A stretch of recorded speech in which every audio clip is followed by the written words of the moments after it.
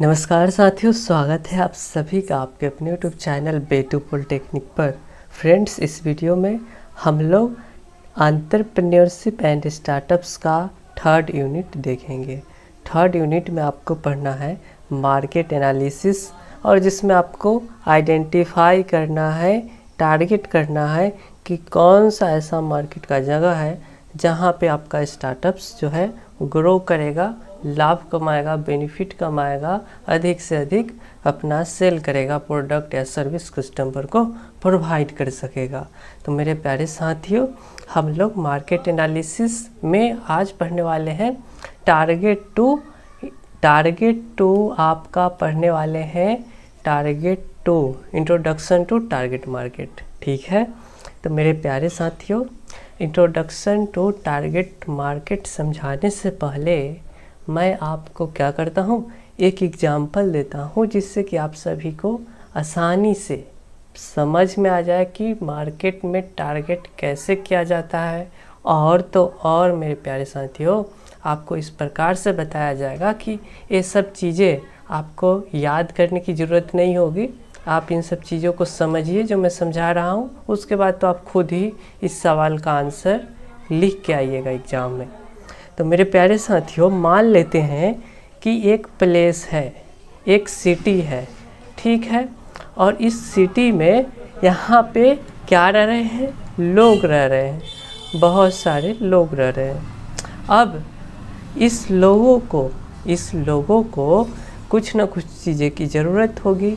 खाने के लिए राशन की ज़रूरत होगी, चावल आटे की ज़रूरत होगी, पहनने के लिए कपड़ा की ज़रूरत होगी, अगर उन्हें चूल्हा जलाना है तो लकड़ी की ज़रूरत होगी, शहर में रह रहे हैं तो उन्हें गैस की ज़रूरत होगी।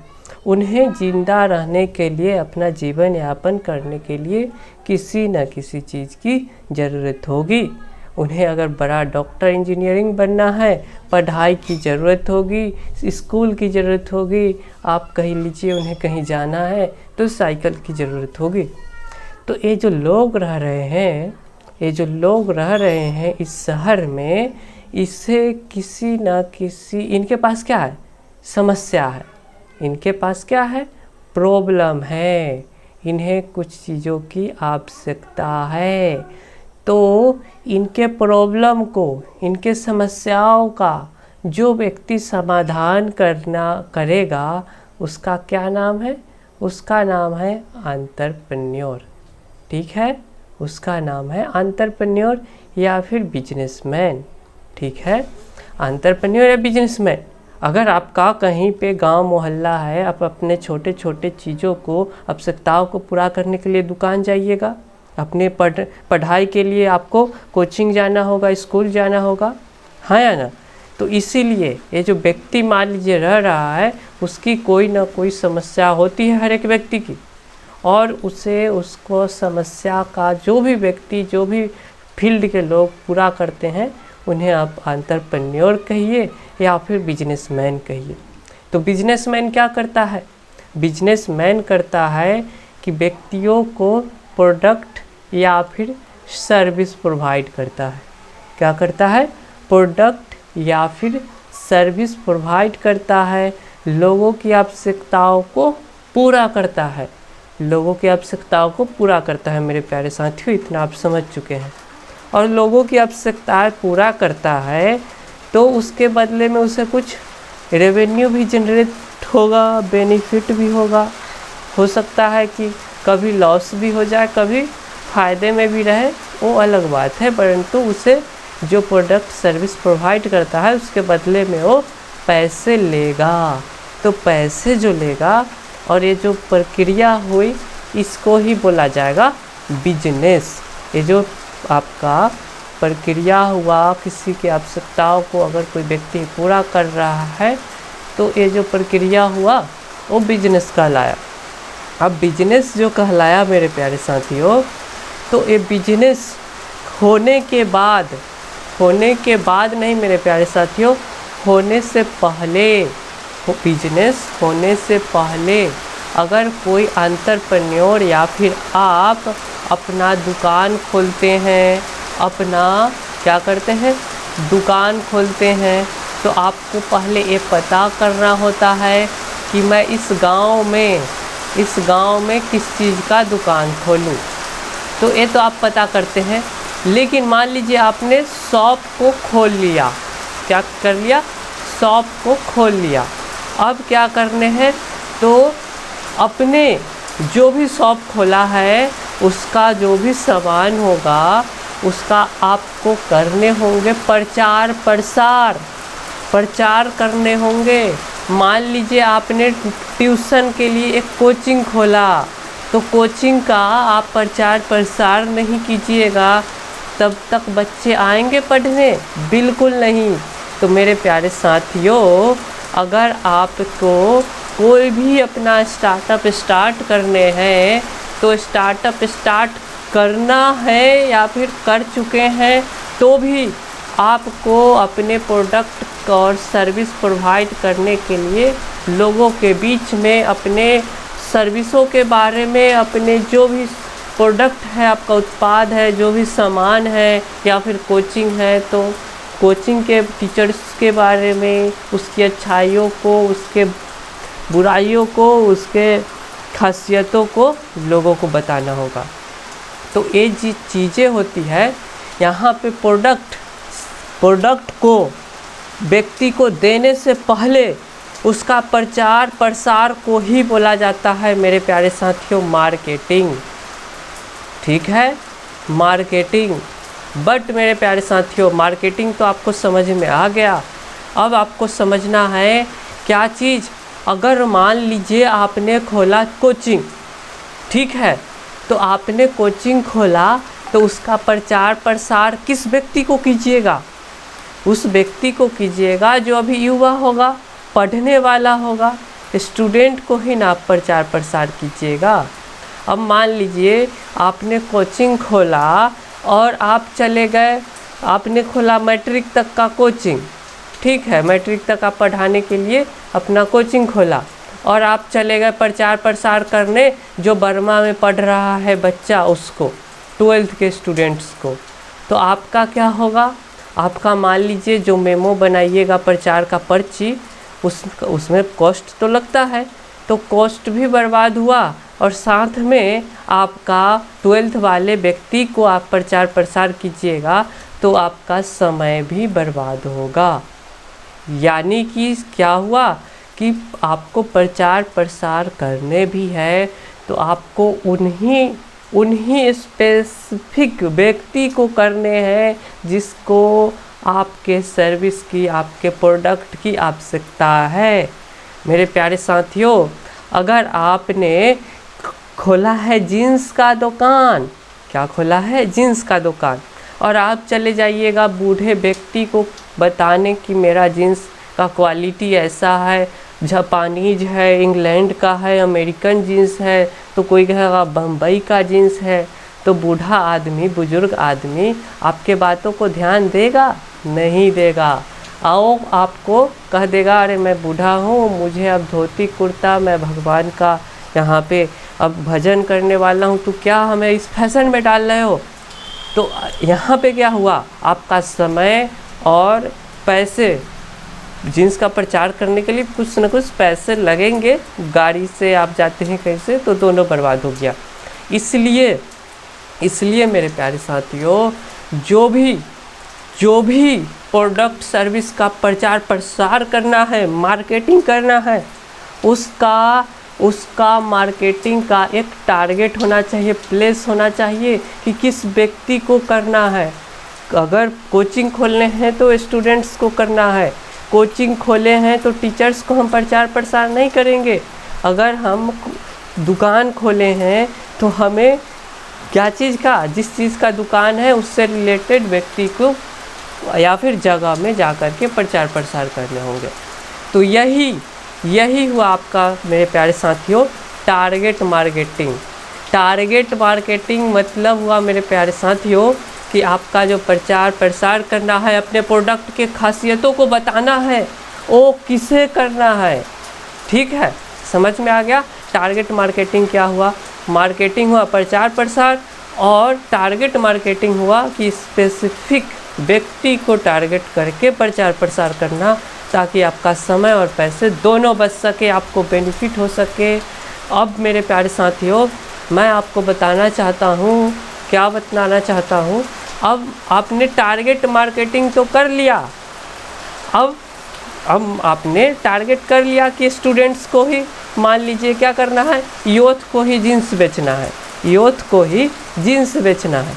लेकिन अब फिर उसमें भी एक चीज़ आपको ध्यान देने होंगे।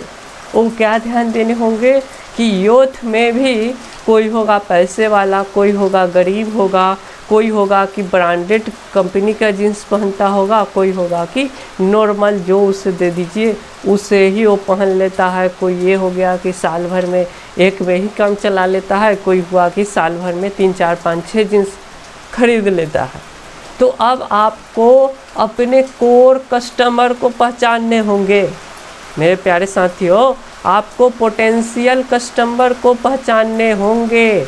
पोटेंशियल कस्टमर वो हुआ जो कि आपके प्रोडक्ट को, सर्विस को रुचिगत रूप से ले, जो आपका ज़्यादा से ज़्यादा आपके माल को, आपके प्रोडक्ट को, आपके जीन्स को खरीद सके। उस कोर या फिर पोटेंशियल कस्टमर को आपको पहचानने पड़ेंगे। तो ये जो पोटेंशियल कस्टमर होता है वो समाज में ये नहीं है कि बहुत सारे होंगे, कुछ लोग होंगे, कुछ होंगे जो मीडियम टाइप के लोग होंगे, कोई लोग होंगे गरीब जो जीन्स पहनते ही नहीं है। तो इन सब चीज़ों को आपको ध्यान में देने हैं। तो पहले आपने पोटेंशियल कस्टमर को पहचान लिया, अब क्या करना है, अब उसमें भी आपको बहुत सारे सेगमेंट्स में इन कस्टमर को भी बांटने होंगे। सेगमेंट्स में आपको क्या करने होंगे, तो सारे कस्टमर को बांटना होगा। तो सेगमेंटेशन क्या होता है मेरे प्यारे साथियों, सेगमेंटेशन जो होता है वो आपका ये बोला जाता है कि आपको आइडेंटिफाई करने हैं। आइडेंटिफाई करने हैं किस चीज़ का, तो अपने कोर कस्टमर का। अपने कोर कस्टमर को आप आइडेंटिफाई कीजिएगा, वो आपका हो गया सेगमेंटेशन। सेगमेंटेशन ये हो गया। टारगेटिंग क्या हुआ, आपको मतलब अपने कस्टमर को आइडेंटिफाई कर लिए, तो आपको टारगेट करने हैं कि किस कस्टमर को, मतलब कोर कस्टमर है तो उसे अब क्या करने हैं, उसे ही वो प्रोडक्ट देने हैं। तो आपका हो गया टारगेटिंग। आपने टारगेट किया, अब इस व्यक्ति को ही आप प्रचार प्रसार कीजिएगा, तो ये टारगेटिंग हो गया। अब मेरे प्यारे साथियों, थर्ड नंबर पे आपका आता है पोजीशनिंग। क्या आता है, पोजीशनिंग आता है। पोजीशनिंग मतलब मेरे प्यारे साथियों ये हुआ कि पोजीशनिंग, मान लीजिए आपने व्यक्ति को टारगेट किया कि ये वाले घर का लोग अच्छे ब्रांडेड कंपनी का व्यक्ति है, ये लोग खरीदेगा जीन्स उन्स, ठीक है। तो अब आपने जो जीन्स बनाया, आपका जो जीन्स है, मान लीजिए उसका नाम है जीन्स बाय क्या, जगमोहन, ठीक है। तो आपको अब इस नाम के, आपके इस ब्रांड को उस व्यक्ति के मन में, दिलो दिमाग में ऐसा क्या चीज़ भर दिया जाए कि वो व्यक्ति जब न तब उसे जब भी जीन्स लेने की ज़रूरत हो तो आपके ही शॉप पे आए, आपके प्रोडक्ट पर वो विश्वास करे। आपने क्या किया, किसी भी प्रकार से उसके दिलो दिमाग में अपना पोजीशन स्थापित कीजिए कि वो कोई भी प्रोडक्ट लेने, उस प्रोडक्ट का इतना बड़ाई कर दीजिए, उसके दिमाग में इस प्रकार से अपने प्रोडक्ट का खासियत भर दीजिए कि वो जब भी आए तो वही प्रोडक्ट लेने आए, उसी प्रकार का आइटम्स आपसे ख़रीदने आए। तो ये आपका हो गया पोजीशनिंग। तो मेरे प्यारे साथियों, तो आपको मैंने बताया कि पहले क्या करना होता है, जो भी प्रोडक्ट सर्विस प्रोवाइड करने से पहले हमको मार्केटिंग करना होता है, प्रचार प्रसार करना होता है। अब प्रचार प्रसार भी उस जगह पे करना होता है जहाँ पे लोगों को उस प्रोडक्ट की ज़रूरत होती है। अब प्रोडक्ट जहाँ पे लोगों की उस प्रोडक्ट की ज़रूरत है, अब उसमें भी आपको सेगमेंटेशन करना होगा, कोर कस्टमर को पहचानना होगा। कोर कस्टमर को पहचानने के बाद अगर वो आपने टारगेटिंग करके उसको अपना माल प्रोडक्ट बेचने लगा, तो अब क्या आपका अगला स्टेप होगा कि अपने ब्रांड का पोजीशनिंग करना, अपने ब्रांड का इस प्रकार से वैभवशाली बना देना कि कोई भी व्यक्ति आपके उस ब्रांड से चिपक जाए। मेरे प्यारे साथियों, जैसे एप्पल का आज एक ब्रांड है, एप्पल इस प्रकार का छवि लोगों के सामने रखा जाता है कि हर कोई व्यक्ति एप्पल ही लेना चाहता है। ऐसे एप्पल जो काम करता है, जो सुविधाएं देती है, वो आपका 8-8 हज़ार 9-9 हज़ार का मोबाइल फ़ोन भी, एंड्रॉयड फ़ोन भी दे देता है, लेकिन फिर भी एप्पल का एक ब्रांड होता है। ठीक उसी प्रकार से गाड़ी से क्या होती है, तो लोगों को सफ़र ही करना होता है, लेकिन रॉयल इनफिलीट या बुलेट का एक ब्रांड होता है। तो ये ब्रांडिंग आपको करने आने चाहिए। आप अपना कोई भी बिजनेस करते हैं तो इन सब चीज़ों के बारे में आपको ध्यान देने की ज़रूरत है। तो मेरे प्यारे साथियों, मैंने आपको मार्केटिंग भी समझाया, मैंने आपको सेगमेंटेशन के बारे में भी बताया। अब आपका जो भी एग्ज़ाम में आए उसे आप अपने मर्ज़ी से लिख पाइएगा। बस यहाँ पे कुछ जो प्रक्रिया होती है, किस प्रकार से, किस टाइप से आपको लिखना है, वो अब आपको देखना है। तो आप देख सकते हैं इंट्रोडक्शन टू टारगेट मार्केट में क्या बताया गया है कि target market is a group of potential customer. Target market ऐसा समूह है जहां पे आपको पोटेंशियल कस्टमर के ग्रुप को पहचानने होंगे, यानी कि वो टारगेट मार्केट पोटेंशियल कस्टमर का एक समूह है। That you identify to sell product और सर्विस।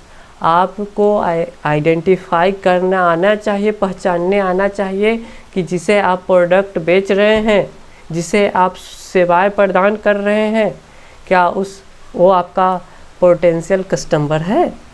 अगर है तो बहुत अच्छा है। अब देखिए, each group can be divided into smaller segment. अब पोटेंशियल कस्टमर में भी आपको क्या करने हैं, स्मॉलर सेगमेंट्स में इन सब ग्रुपों को डिवाइड कर दीजिए, सेगमेंट्स में डिवाइड कीजिए, ताकि क्या होगा कि segments are typically grouped by age. अब किस आधार पे आपको डिवाइड करने हैं, कोई मान लीजिए पढ़ने वाला व्यक्ति ही है, तो आपको वो मान लीजिए मिडिल क्लास का पढ़ने वाला है, कोई है हायर क्लास का पढ़ने वाला है, कोई है हायर सेकेंडरी वाला पढ़ने वाला, तो आपको क्या करने होंगे, एज के हिसाब से आपको सेगमेंट्स में डिवाइड करने होंगे। ठीक है, लोकेशन के हिसाब से, कोई गांव का रहने वाला है, कोई शहर का रहने वाला है, तो आप कैसे अपने प्रोडक्ट से, अपने सर्विस से गांव के बच्चों को भी और शहर के बच्चों को भी पढ़ा पाए, वगैरह वगैरह, जो भी आपका लोकेशन को भी आपको ध्यान में देखना है। इनकम तो ज़रूरी होता है, इसके बारे में इनकम, कौन पैसे वाला है, कौन गरीब है, कौन ब्रांडेड कपड़ा पहनता है, उससे रिलेटेड भी आपको एक सेगमेंट का टारगेट करना होगा बाज़ार में। फिर लाइफ स्टाइल, कोई होता है कि पैसे वाला भी हो लेकिन भिखारी की तरह एक ही कपड़ा को साल भर चलाता है, तो आपको वैसे ये नहीं कि पैसे वाले को ही टारगेट करना है, लाइफ स्टाइल आपको देखने हैं कि यह व्यक्ति का लाइफ स्टाइल अच्छा है, जितना में है, जितना कम ही पैसा है लेकिन अपना खुशी से जीवन यापन करता है, अच्छे अच्छे कपड़े पहनता है, तो आपको लाइफ स्टाइल भी देखना होगा। तो age, location, income, lifestyle, इन सब चीज़ों से भी आपको मार्केट को कई भागों में बांटने होंगे। ये आपके टारगेट मार्केट करने का स्टेप्स है। मेरे प्यारे साथियों, अगला चीज़ देखिए, once you have defined your target audience, अगर आपने अपने ऑडियंस को, अपने लोगों को टारगेट कर लिया है, आपने पहचान लिया है कि ये ऑडियंस जो है वो आपका टारगेट है, ये आपका प्रोडक्ट और सर्विस लेने वाला है, ये आपके कोचिंग में पढ़ सकता है, then you will find it easier to determine where and how to market your business. आपने ऑडियंस को टारगेट कर लिया है, तो आपको यह फाइंड करना है कि अब किस प्रकार से और किस प्रकार से आपको खोजने हैं, डिटरमाइन करने हैं आसानी से कि वेयर, कहाँ और कैसे अपने बाज़ार को आप बिजनेस का जो how to market your business, आप कैसे अपने बिजनेस का मार्केटिंग कर सके, बाज़ार को स्थापित कर सके। मेरे प्यारे साथियों, यहाँ पे आप देख सकते हैं, आपके लिए मैंने हिंदी में भी लिख के लाया है कि लक्ष्य जो है बाजार संभावित ग्राहकों का एक समूह है जिसे आप उत्पाद या सेवाओं बेचने के लिए पहचानते हैं। टारगेट मार्केटिंग यही है कि आप उस समूह को पहचानते हैं जो जिससे आपको अपना उत्पाद या सेवाएं बेचना हो। अब मेरे प्यारे साथियों, नेक्स्ट क्या है कि प्रत्येक समूह को छोटे खंडों में विभाजित किया जाता है। कोई अगर तो ऐसा एरिया है जहाँ पे गरीब अमीर कोई बड़े बुजुर्ग लोग रह रहे हैं, तो उन सबों को विचार आपको खंडों में विचार करके अपने बिजनेस को बढ़ाना होगा, रिसर्च करके। तो खंडों में आमतौर पे उम्र, स्थान, आय, जीवन शैली, इन सबों के आधार पर आपको उनको बांटने हैं। ठीक है। अब क्या है, एक बार जब आप अपने लक्षित दर्शकों को परिभाषित कर लेते हैं, आपका जो टारगेट है, आपका जो लक्ष्य है, उस व्यक्ति को, उस ऑडियंस को, उस लोगों को आपने अगर पहचान लिया है, तो आपको यह निर्धारित करना आसान हो जाएगा कि अपने व्यवसाय का विपणन कहाँ और कैसे करें, मार्केटिंग कहाँ और कैसे करें। ये आपको अपने बिजनेस का मार्केटिंग कहाँ और कैसे करना है, ये आपको पता चल जाएगा। मेरे प्यारे साथियों, अब जो टारगेट मार्केटिंग का जो टारगेट होता है, उसके स्टेप्स बताए गए हैं। स्टेप्स प्रकार कि किस प्रकार से आपको स्टेप्स उठाने हैं अपने लक्ष्य को टारगेट करने के लिए। मार्केट में अगर आपको टारगेटिंग करने हैं तो उसके स्टेप्स क्या है। तो स्टेप्स पहला है विभाजन, डिवीजन, लक्ष्यीकरण, पोजिशनीकरण, यहाँ है सेगमेंट्स, उसके बाद है टारगेटिंग, उसके बाद है पोजीशनिंग, जो मैंने आपको शुरू में बताया है। उसे लिखना कैसे है आप सभी देख लीजिए। तो मेरे प्यारे साथियों, विभाजन के बारे में अब हम लोग पढ़ेंगे। विभाजन क्या है। तो विभाजन का अर्थ होता है बाजार को भागों या खंडों में विभाजित करना, जो निश्चित, सुलभ, कार्रवाई योग्य और लाभदायक है, जिसमें विकास की संभावना है, जहाँ पे डेवलपमेंट होने की संभावना है, आपके प्रोडक्ट का विकास हो सके, बिक्री हो सके, लोगों को आप अधिक से अधिक सर्विस प्रोवाइड कर सके। उन बाजार या खंडों को आपको प्रकार में, उम्र, लिंग, स्थान, इन सबों पर आपको विभाजित करने होंगे। ठीक है। ठीक है मेरे प्यारे साथियों, विभाजन में आप दूसरा चीज़ देखिए कि दूसरे शब्दों में समय, लागत, प्रयासों, प्रतिबंधों के कारण किसी कंपनी के लिए पूरे बाजार को लक्षित करना असंभव होगा। इसके लिए एक निश्चित खंड की आवश्यकताएं होती है। ऐसे लोगों का एक समूह, उन्हें उचित प्रयास, लागत और समय के साथ पहचानना और लक्षित किया जा सके। मेरे प्यारे साथियों, आपने कोई प्रोडक्ट या सर्विस किसी गांव में, किसी शहर में किया, आपने एक खोला बुक का दुकान, तो आपने टारगेट किया स्टूडेंट्स को, विद्यार्थी को, छात्र को। तो अब केवल इस बाज़ार में आप ही तो नहीं हैं जो केवल बुक प्रोवाइड कराते हैं, बिल्कुल नहीं है। बुक का दुकान कोई और भी व्यक्ति किए हुए होगा।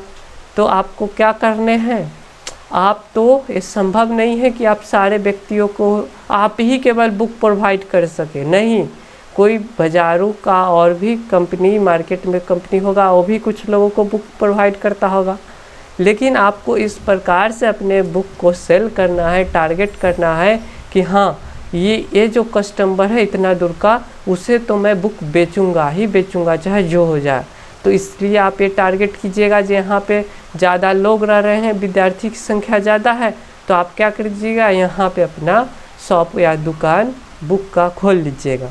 तो यही चीज़ है कि आप पूरा बाज़ार को आप ही कवर कर सके, आप पूरे बाज़ार को आप टारगेट कर ले, ये तो असंभव है। लेकिन इसके लिए आपको पार्ट वाइज, आपको सेगमेंट्स में क्या कर लेने हैं, लोगों का एक समूह उचित प्रयास, लागत और समय के साथ पहचानना और लक्षित किया जा सके।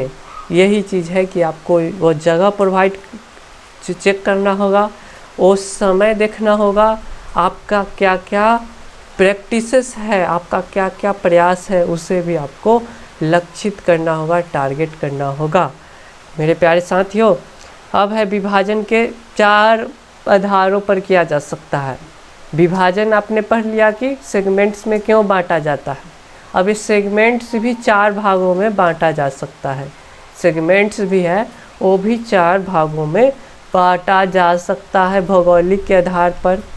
ठीक है, यहाँ पे देख सकते हैं भौगोलिक ज्योग्राफिकली आधार पर क्या किया जाता है, राज्य, सिटी, जनसंख्या, जलवायु परिस्थिति, इन सबों के बारे में बांटा जाता है।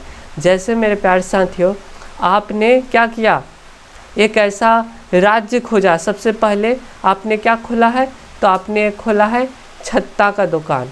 क्या किया है, या फिर कपड़े जो होता है रैन क्लॉथ्स, उसे आपने खोला है। आपने या तो अम्ब्रेला या फिर आपने एक जो आपका होता है वर्षा में रेन कोट होता है, उसे आप बनाने वाला कंपनी खोले हैं।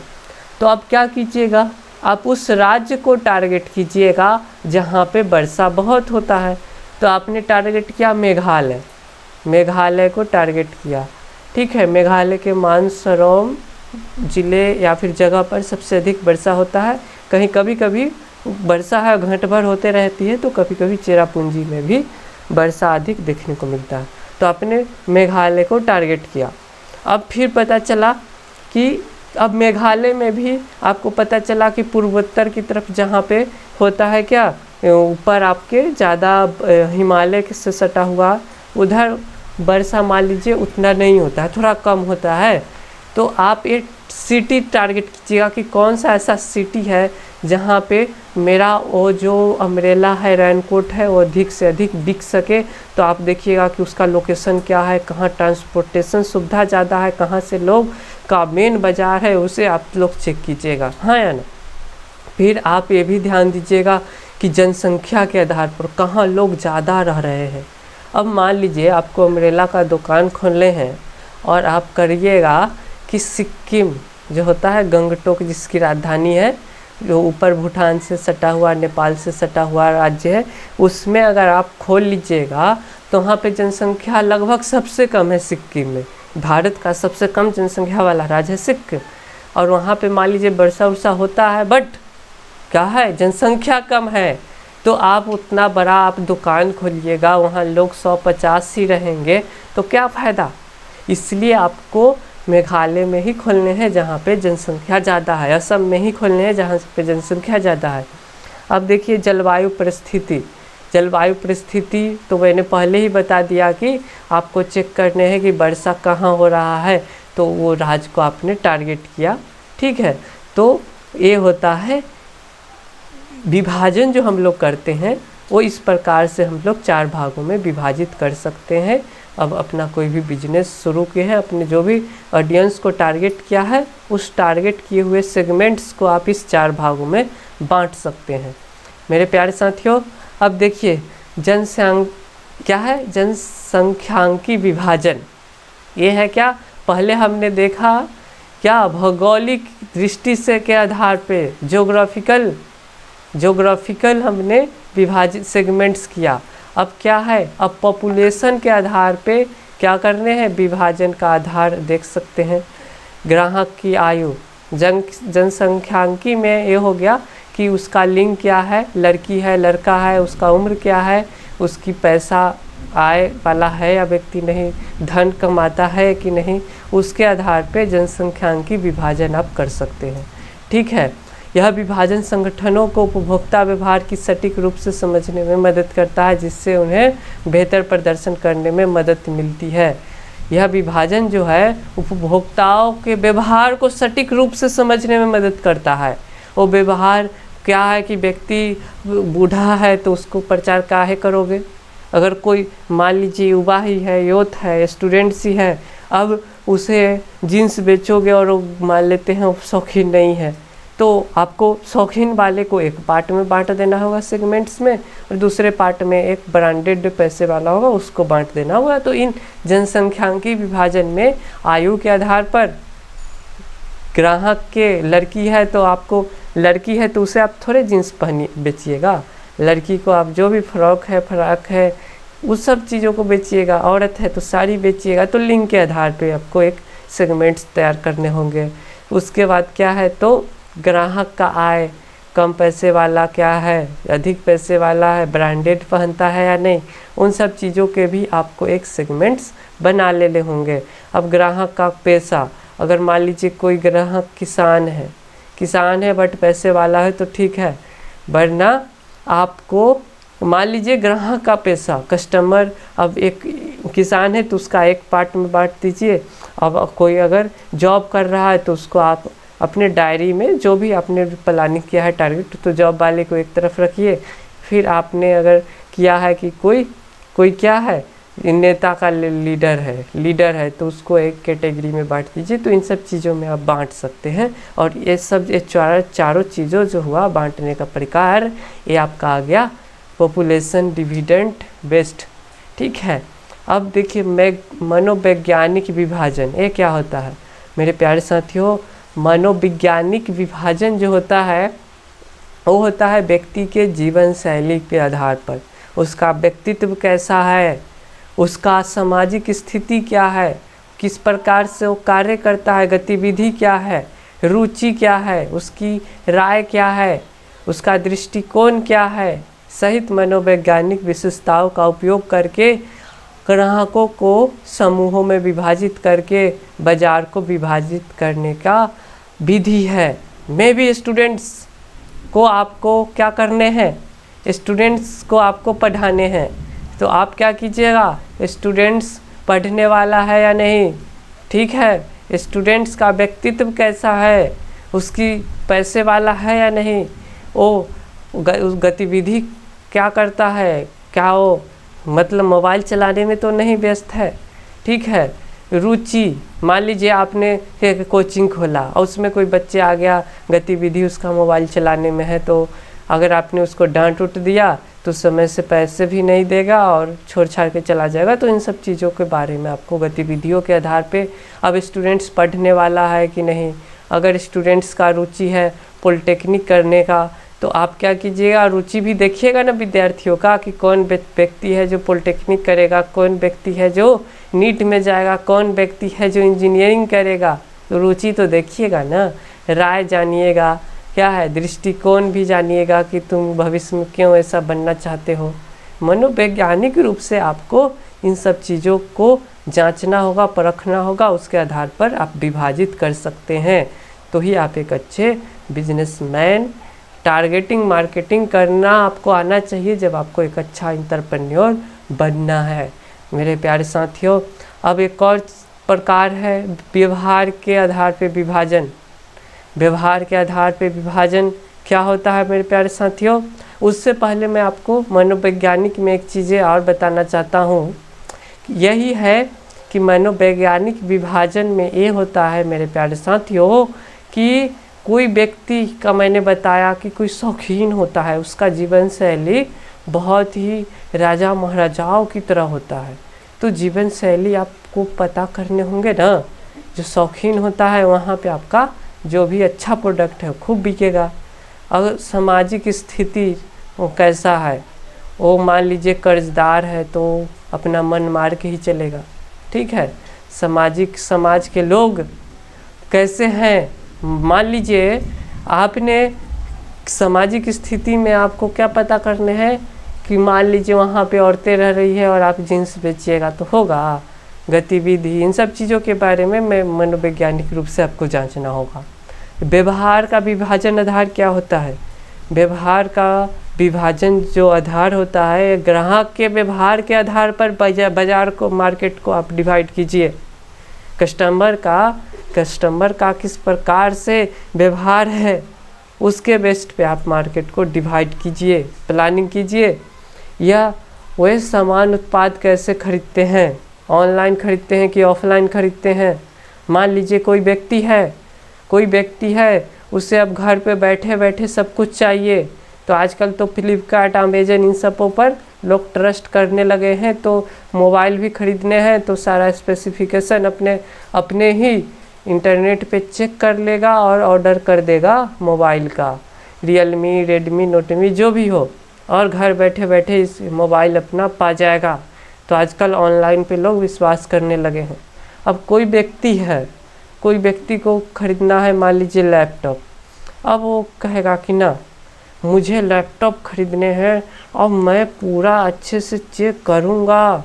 मोबाइल में फ़ोटो में मान लीजिए आपको अच्छा से अच्छा चीज़ भी ख़राब नज़र आता है और ख़राब से ख़राब चीज़ को भी एडिटिंग करके अच्छा बना दिया जाता है। तो क्या पता लैपटॉप देखने में अच्छा हो और वास्तव में जो मेरे पास आए वो असल में ख़राब निकल जाए, उतना छू कर देखने में उतना क्या बोलते हैं फैसिनेट ना करे। इसलिए आप क्या कीजिएगा, मान लीजिए आपको मन है कि मैं अब दुकान में जाऊंगा, शोरूम में जाऊंगा और ऑफलाइन ही लैपटॉप को पसंद करूंगा, ऑनलाइन पे उसको विश्वास नहीं होता है, फ्रॉड का भी विश्वास हो या फिर उसके क्या बोलते हैं उसका क्वालिटी पर भी उसको विश्वास ना हो, क्या करेगा ऑफलाइन जा कर के किसी शहर सिटी में अपना सामान को खरीदता है। तो आपको ये भी टारगेट करना होगा कि कौन सा व्यक्ति है जो ऑनलाइन पढ़ता है, कौन सा व्यक्ति है जो ऑफलाइन पढ़ता है। स्टूडेंट्स के दौर पे मैं आपको बताना चाहता हूँ, आपने अगर कोचिंग खोला है तो अपने पटना में कोचिंग खोला है तो पटना में ऑफलाइन पढ़ने वाले व्यक्तियों को आपको एक सेगमेंट्स में रखना होगा। एक व्यक्ति को आपको टारगेट करना होगा जो ऑनलाइन पढ़ता है, तो ऑनलाइन पढ़ाने के लिए आपको यूट्यूब पर भी वीडियो अपलोड करने होंगे, अपने ऐप पे भी यूट्यूब वीडियो अपलोड करने होंगे। तो इसके आधार पे भी आपको टारगेटिंग व्यवहार के आधार पे आपको विभाजन करना आने चाहिए।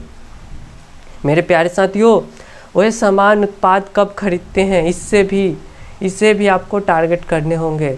कोई है व्यक्ति हो जो होगा वो क्या करेगा, व्यवहार उसका इस प्रकार से होगा कि कोई जब फेस्टिवल आएगा तो ही वो कपड़ा खरीदेगा, ठीक है।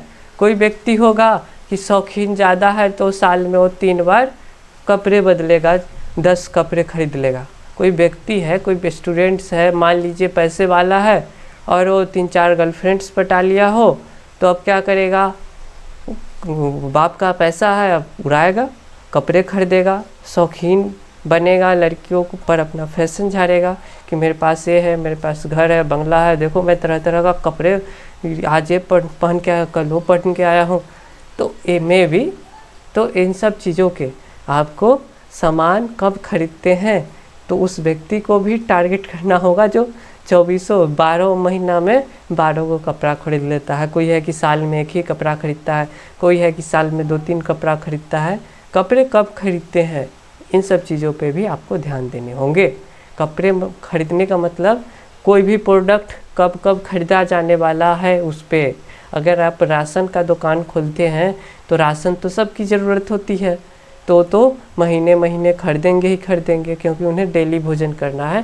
तो इस पर भी आपको फोकस करना है कि कब समय है, किस महीने में और कई बजे में भी आप कोचिंग खोल रहे हैं। कोई बच्चा को आपको देखना है कि वो सवेरे आना पसंद करते हैं, कोई शाम को आना पसंद करता है, तो उसके आधार पे भी कब कैसे और कहाँ इन सब चीज़ों पे भी आपको व्यवहार के आधार पे विभाजन करना होगा। अब खरीदारी करते समय वो किस प्रकार के ऑफ़र की अपेक्षा करते हैं, तो अब इस पर भी व्यवहार में हुआ ना। अब कोई बच्चा है, अब उसको ना ऑफलाइन भले ही वो 5,000 में भी पढ़ ले, ठीक है, 5,000 में भी रुपए में पढ़ ले, लेकिन वही आपको उसको ऑनलाइन दीजिए तो 500 में भी लेना पसंद नहीं करेगा। कहेगा कि ना अगर कोर्स का प्राइस मान लीजिए 2,000 है तो वो सोचेगा कि ना सर जी हमें क्या कीजिए, आप ऑफ़र दीजिए, हम आपका बहुत प्यारा बच्चे हैं, गरीब है, तो मैं ऐसा हूँ, मुझे 1,000 में ही दीजिए। वो डिस्काउंट की अपेक्षा करता है। तो आपको ये भी ध्यान देने हैं, इस पर भी आपको क्या करने हैं, टारगेट करने हैं। मार्केटिंग का जो डिविडेंड आपको करने हैं, सेगमेंट्स में बांटने हैं। तो व्यवहार के आधार पे भी कि कौन सा है जो फ्लैट छूट चाहता है, कौन सा है जो उपहार चाहता है। अब मान लीजिए आपने कोई कपड़ा का दुकान किया, मॉल बना लिया, अब मॉल में कभी कभी दीपावली या किसी भी चीज़ का सेल आ गया तो सेल में आप एक दे दीजिए, एक टोपी गिफ्ट कर दीजिए, एक जीन्स गिफ्ट कर दीजिए, जीन्स खरीदो एक और फ्री में ले जाओ। तो उपहार के आधार पे भी, फ्लैट छूट के आधार पे भी, किसी को 70% की छूट चाहिए, किसी को सामान के बदले सामान चाहिए, तो उसके आधार पे भी आप विभाजन कर सकते हैं। तो यही हो गया व्यवहार का विभाजन का आधार। तो मेरे प्यारे साथियों, अब क्या करते हैं, अब हम लोग यही चीज़ों को बस इंग्लिश में देख लेते हैं। आप कहिएगा कि क्या हिंदी में बता रहे हो। तो steps in target marketing. Segmentation क्या विभाजन करना है, लक्ष्यीकरण करना है, पोजिशनिंगकरण करना है। ठीक है, तो यहाँ पे हम लोग बस थोड़ा सा यहाँ पे आपको और डिटेल्स में बता देते हैं। तो फ्रेंड्स, ऑलरेडी मैंने आपको सारा कुछ बता दिया है। इंग्लिश में आपके सामने लिखा हुआ है segmentation is done by 4 basis. Geographical यहाँ पे आपका है भौगोलिक बेसिस के आधार पे। उसमें आपके 4 टाइप में बांटा गया है, state, city, population, climate condition. Demographic segments के आधार पे यहाँ पे बांट सकते हैं आप अपने टारगेटिंग प्लान को। और इसमें आपका जो 4 प्रकार है वो क्या है डेमोग्राफिक सेगमेंटेशन में, वो आपका है एज के आधार पे, जेंडर के आधार पे, इनकम के आधार पे, प्रोफेशन के आधार पे। अब एक है साइकोग्राफिक सेगमेंट्स में आपके व्यवहारिक चीज़ों के बारे में है, मनोवैज्ञानिक चीज़ों के बारे में आप देख करके अपने मार्केटिंग टारगेट को डिवाइड कर सकते हैं। इसमें आपके कुछ चीज़ें बताया गया है कि आपको चेक करना है कि उस गुड प्रोडक्ट बाई करता है, कब बाई करता है, और वो गिफ्ट भी चाह रहा है या नहीं, इन सब चीज़ों के बारे में। बिहेवियरल सेगमेंटेशन बेसिस भी है, मनोवैज्ञानिक सेगमेंटेशन बेसिस भी है, साइकोग्राफिक भी है और बिहेवियरल सेगमेंटेशन बेसिस भी है। तो चलिए इस वीडियो में इतना ही। अगले वीडियो में हम लोग टारगेटिंग देखेंगे। तो आशा करता हूँ आप लोगों को वीडियो पसंद आया होगा। वीडियो पसंद आए तो लाइक सब्सक्राइब कीजिए।